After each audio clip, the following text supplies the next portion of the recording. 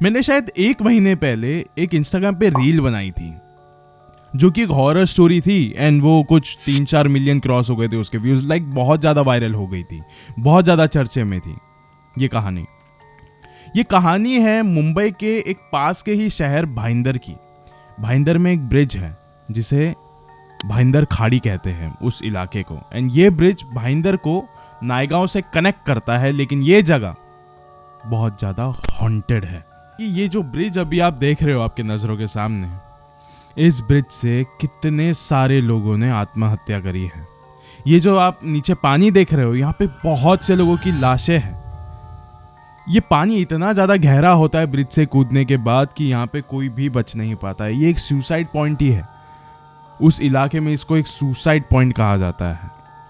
इतनी सारी लाशें हैं वहाँ पे, इतनी सारी आत्महत्या हुई है, तो आप सोच भी नहीं सकते वहाँ पे कितनी आत्माएं होगी। लेकिन जो सबसे खतरनाक आत्मा है वहाँ पे, जो सबसे खतरनाक, जो सबसे खौफनाक कहानी है उस इलाके की, आज मैं आपको वो सुनाऊंगा। ये कहानी मुझे वहाँ के लोगों ने ही सुनाई है। जब मैंने वाली कहानी सुनी थी आई वाज लाइक शॉक्ड कि लिटरली कुछ इस किस्म की भी कहानी हो सकती है क्या। ये कहानी फैज और संध्या की है, आपको आगे पता लगेगा। एंड जैसे मैं हर वीडियो में कहता हूँ, अगर आप आधी रात में ये वाला वीडियो देख रहे हो तो थोड़े से चौकन्ने हो जाइए, क्योंकि ये जो वीडियो है आपके लिए आज रात को बहुत ज़्यादा चैलेंजिंग होने वाली है। अगर आप ये दिन में भी देख रहे हो, स्टिल ये चैलेंजिंग ही रहेगी, क्योंकि आज की ये सिर्फ एक कहानी नहीं है, सिर्फ एक स्टोरी नहीं है, सिर्फ एक हॉरर स्टोरी नहीं है, बल्कि ये एक हॉरर लव स्टोरी है। अब ये वीडियो शुरू करने से पहले ऐसे ही और horror, mysterious and historical videos देखने के लिए सब्सक्राइब कर दीजिए इस चैनल को।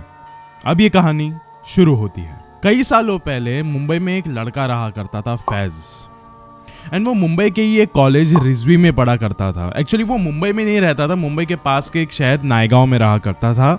एंड वो हर रोज सिर्फ ट्रेन से ट्रैवल करता था, हर रोज ट्रेन सिर्फ ट्रेन से ट्रैवल करता था। कभी भी कैब से नहीं जाएगा, कभी भी बस से नहीं जाएगा, सिर्फ ट्रेन से जाएगा, और उसको आदत ही पड़ गई थी। ये साल फैज का लास्ट ईयर था उसके कॉलेज में, एंड वो जितने साल गया है कॉलेज, मतलब 3 साल, तो उसने 3 साल सिर्फ ट्रेन में ही ट्रैवल किया है। एंड अगर मैं ये फैज का आपको कैरेक्टर समझाऊँ तो ये फैज बहुत ज़्यादा चुलबुला टाइप का आदमी था। लाइक किसी से भी आराम से दोस्ती कर लेता था, बातचीत कर लेता था, किसी को भी लोटे में ले लेता था, मतलब किसी को भी बेवकूफ़ भी बना लेता था। एंड ये बहुत बड़ा फ्लर्ट था, लाइक किसी भी लड़की के साथ आराम से फ्लर्टिंग वगैरह कर लेता था, क्योंकि उसको कुछ लाइक फिक्र ही नहीं होती थी। वो अपने रूममेट्स के साथ रहता था, उसके माँ बाप भी नहीं रहते थे। लाइक एक पेन गेस्ट में रहने वाला लड़का, लाइक, और वो भी इस उम्र में, कुछ 20-21 साल की उम्र में, सो ऑफकोर्स उसका कैरेक्टर ऐसा ही था कुछ। अब ये एक बार की बात है जब फैज अपने कॉलेज से कहीं और जा रहा था, बोरीवली साइड में कहीं पे जा रहा था, उसको काम था। एंड वहाँ पे जाते जाते भी उसको काफ़ी रात हो गई थी, तो अब वो उसे घर पे जाने को तो और भी ज़्यादा लेट होगा। उसने अपने दोस्तों को घर पे फ़ोन करके बोल दिया, अपने रूममेट्स को, कि आज रात को मैं लेट आऊँगा। ठीक है। फिर वो बोरीवली से अपना काम ख़त्म करके अपने घर के तरफ निकला ट्रेन से। एंड फिर उसके दोस्तों को उसको वापस से कॉल आया कि भाई हम खाना ख़त्म कर देंगे, जल्दी से आ जा। फिर फैज़ ने बोला उसके दोस्त को, उसके दोस्त का नाम था परम। उसने बोला, अरे भाई परम प्लीज़ मेरे लिए थोड़ा सा बचा के रख, मुझे बहुत ज़्यादा भूख लग रही है ना ऑल। फिर उसके दोस्तों ने पूछा, अच्छा ठीक है भाई, तू पहुँचा किधर है? फैज़ ने बोला, बस अभी 2 मिनट में भाईंदर खाड़ी आने वाली है। एंड फिर उसने बोला, चल ठीक है। फिर फैज़ ने बोला, अरे भाई मेरे सामने ना एक लड़की बैठी है, मैं उस पर जाके ट्राई मारने वाला, मैं ज़रा फ़ोन रख रहा हूँ, ठीक है, वरना ये ना मेरे हाथ से निकल जाएगी। फिर परम ने हंस के फ़ोन रख दिया। फिर अब जो फैज़ का दोस्त था परम, वो उसके घर पे फैज़ की राह देखने लग गया कि जल्दी से आ जा, मुझे भी इससे कुछ काम है वगैरह वगैरह, खाना भी ऐसे ही रखा हुआ है। फिर देखते देखते फैज़ की आंखें लग गई। उसकी आंखें फिर खुली कुछ 2-2:30 बजे, देखा कि फैज़ अभी तक घर पे नहीं आया है। उसने फ़ोन किया, उसका फ़ोन बंद आ रहा है। फिर उसको लगा कि शायद से जिस लड़की की वो बात कर रहा था ये उसी के घर पे चला गया। फिर परम ने सोचा कि चलो ठीक है, अब मैं जाता हूँ सोने। वो सोने बस जा ही रहा था, तभी उसके फ़ोन पे एक अननोन आईडी से कॉल आया, आपके दोस्त फैज़ की लाश मिली है भाईंदर खाड़ी में, आ जाइए वेरिफिकेशन के लिए। फिर उसके जो दोस्त लोग थे, उसके सारे रूममेट्स, वो भागते हुए गए भाईंदर खाड़ी की तरफ, क्योंकि वहीं पे थे सारे पुलिस वगैरह। एंड जाने के बाद पता चला कि फैज अभी तक मरा नहीं है, उसकी थोड़ी सी जान बाकी है। और पता चला कि वो जो पुलिस वाले अभी उसको हॉस्पिटल की तरफ लेके जा रहे हैं, क्योंकि उसमें थोड़े से चांसेस है कि वो बच सकता है एंड शायद वो बता सकता है कि उसके साथ क्या हुआ असल में। फिर फैज को आईसीयू में रखा गया था कुछ 3-4 दिन के लिए। 3-4 दिन बाद उसको होश आ गया एंड होश आने के बाद उसके सारे दोस्त लोग उसके सामने थे एंड फैज ने जो पहला शब्द बोला था वो ये था, संध्या। उसके सारे दोस्त लोग शॉक्ड हो गए थे, उनके पैरों तले जमीन खिसक गई थी, क्योंकि कहीं ना कहीं उसके सारे दोस्त संध्या को जानते थे कि वो कौन है एंड वो ये भी जानते थे कि हमें संध्या से डरने की क्यों ज़रूरत है। उस वक्त तो आसपास पुलिस वाले थे, तो इसके लिए फैज़ ने और उसके दोस्तों ने कुछ कहा नहीं, लेकिन जैसे ही पुलिस वाले वहाँ से निकले तो फैज़ ने एक ऐसी बात बताई उसके दोस्तों को जिससे उनके रोंगटे खड़े हो गए। फिर फैज़ ने कहा कि भाई परम, जब तूने कॉल रखा था तो तुझे याद है मैंने तुझे पहले क्या कहा था कि मेरे सामने एक लड़की है एंड मैं उस पर जाके ट्राई मारने वाला हूँ। मैं उसके पास जाके बैठा था, लेकिन वो मुझे बात नहीं कर रही थी। उसकी जो बाल है उसने सब कुछ घेर के रखा था, उसका चेहरा मुझे नहीं दिख रहा था। ऐसा लग रहा था ये बिल्कुल भी मुझ में इंटरेस्टेड नहीं है, बिल्कुल भी भाव नहीं दे रही थी मुझे। तो फिर मैंने सोचा कि मैं भी अभी फोर्स नहीं करूँगा इसमें।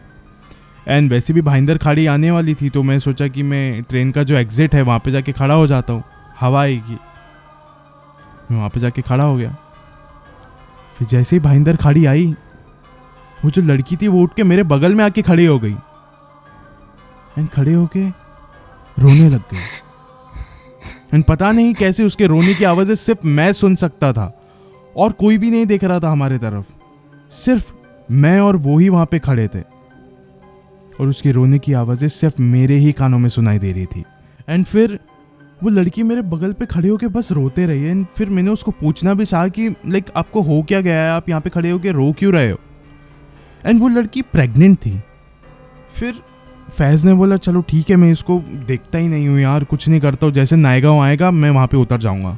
एंड फिर उसके बाद फिर भी मेरे अंदर थोड़ा सा ना ऐसा कंसर्न था कि ये कौन है ये लड़की। ऐसी क्यूरियोसिटी हो रही थी मेरे में कि ये लड़की कोई तो है, शायद से मैं इसे जानता हूँ। फिर मैंने खुद अपने हाथों से उसके बाल हटाए एंड मैंने देखा तो ये अपनी संध्या ही थी। एंड उसने मुझे देख के एक बहुत जोर की आवाज़ निकाली, जैसे कि कोई शैतान की आवाज़ हुई है। एंड वो आवाज़ सुन के मेरा पैर फिसल गया एंड मैं भाईंदर खाड़ी में गिर गया। गाइज, अब मैं आपको बताता हूँ कि ये संध्या असल में थी कौन। ये संध्या और फैज़ असल में एक ही कॉलेज में साथ में पढ़ा करते थे। इनका फ्रेंड ग्रुप भी एक ही था, मतलब हर रोज़ मिलते थे ये लोग, हर रोज़ बातचीत होती थी। इनके दोस्त लोग भी सब लोग एक साथ ही बैठा करते थे, कॉलेज के बाद भी एक साथ ही रुकते थे, मतलब गहरी दोस्ती थी। एंड ये जो दोस्ती थी ये कब प्यार में बदल गई किसी को पता भी नहीं चला। फैज़ और संध्या फिर कुछ ही महीनों में डेट करने लग गए एक दूसरे को। एंड सब कुछ सही चल रहा था कि एक दिन संध्या ने आके फैज़ को कहा कि मैं शायद से प्रेग्नेंट हूँ। शायद नहीं, असल में मैं हूँ।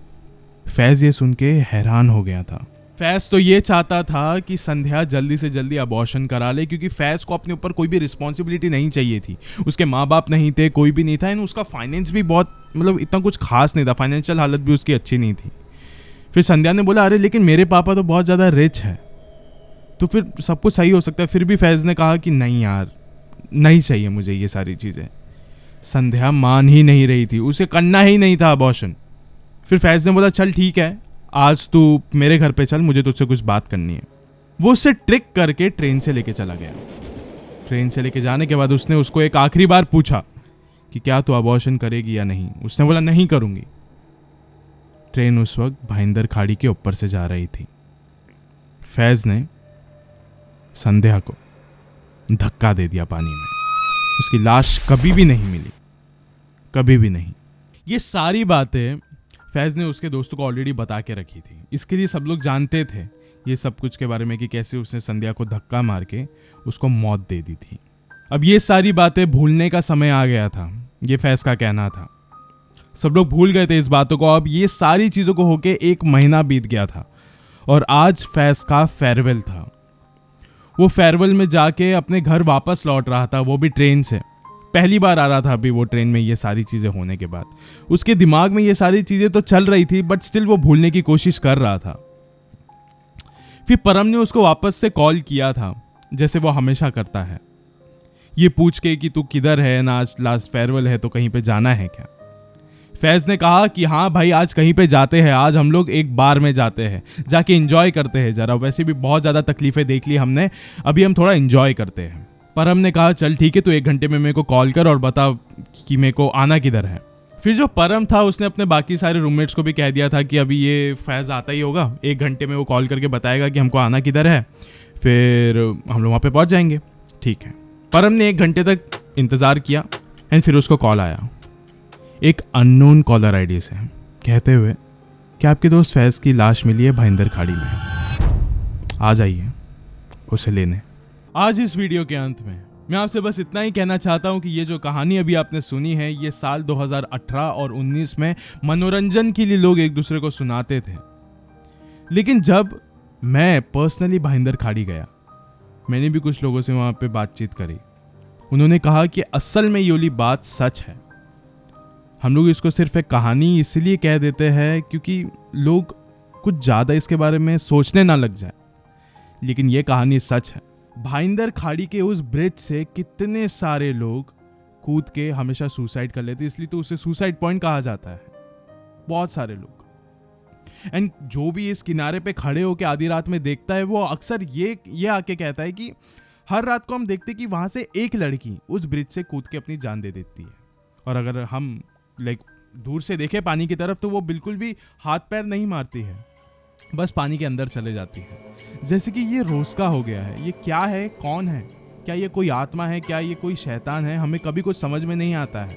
अब ये कहानी कितनी सच्ची है, कितनी झूठी है, क्या ये सिर्फ एक लोक कथा है, ये तो वहाँ के लोग ही जानते होंगे। लेकिन जिस जगह पे इतनी सारी अननेचुरल मौत हुई है, अननेचुरल मौत मतलब कुदरत के खिलाफ जाकर जिन्होंने मौत अपनाई है, उस जगहों पे आत्माओं का बसेरा होना तो एक हकीकत है।